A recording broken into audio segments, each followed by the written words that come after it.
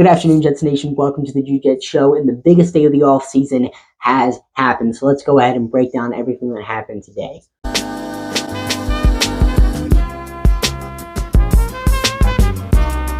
So the first signing of the day the New York Jets made was re-signing defensive tackle Solomon Thomas to a one-year deal. Thomas is back for his third season with the New York Jets. Over his first two, he was a rotational pass rusher and did a pretty solid job at it. He had a career-high 4 sacks last season. Solomon Thomas, who's a former third overall pick, is just someone that this Jets coaching staff loves. He's also a great locker room guy as well, and a leader on this defense. Was our Walter Payton Man of the Year nominee last season. And Solomon Thomas is a solid rotational depth piece, and glad the New York Jets were able to bring him back on a one-year deal.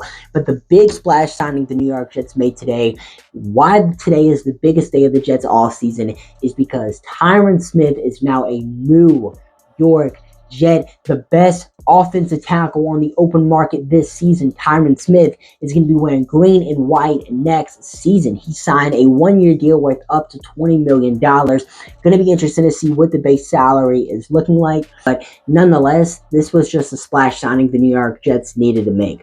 I mean, no matter how much money we gave Tyron Smith, I don't care, because this dude is a generational tackle.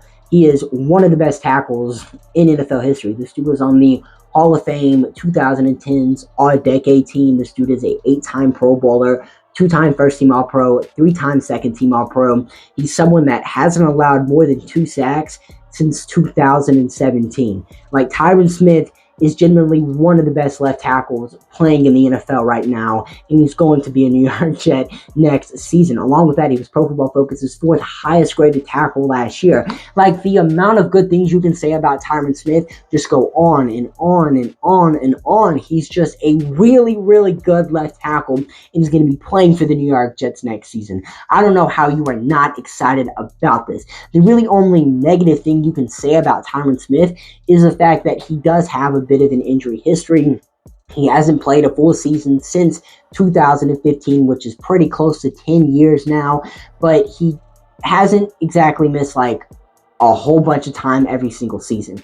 Like last season, he didn't play the full year, but he played in 13 games, only missed 4. Same thing can be said about 2021. But then you look at 2022, where he only played in 4 games, in 2020, where he only played in 2 games. You know, those are kind of the injury-prone seasons where you're like, oh, that's not the best. But then you look at this year, and it's like, okay, he only missed 4 games, not the worst thing in the world. And as long as the Jets can find themselves a solid backup plan, then you know, this signing is really going to turn out to be a great one. Because, you know, we're not expecting Tyron Smith to play the full year. But as long as we can get a solid backup option for 4 or 5, hopefully 4 or 5 games, then this signing is going to turn out to be an amazing one for the New York Jets. And welcome to New York, Tyron Smith. We're super happy to have you, as you can tell. But that wasn't the last bit of news we got today as well, because it was reported that Mike Williams is going to be visiting the New York Jets on Monday. Mike Williams, the best available wide receiver right now, is going to be visiting the New York Jets. This is absolutely huge news, and news that General Manager Sauce Gardner broke 3 hours ago. We just, didn't know which wide receiver it was. He said, sorry for the break, Lee Sauce is back, and we have a wide receiver visiting the team next week. We were all wondering who it was, and it turns out to be Mike Williams. And Mike Williams is an absolute stud. This dude's a former first-round pick, top 10 pick at that. He did have a bit of injury trouble throughout his first 2 years in the NFL, but really since then, he's been a very healthy player. I know last season he did tear his ACL, which is no bueno, but outside of that, he's been a healthy player throughout the majority of his career, and he's one of the best vertical threats in the game. He's one of the best 50-50 ball catchers in the NFL right now, and those two strengths of Mike Williams' game are some of the weaknesses you see in Garrett Wilson's game. So Mike Williams would essentially be the perfect complement for Garrett Wilson.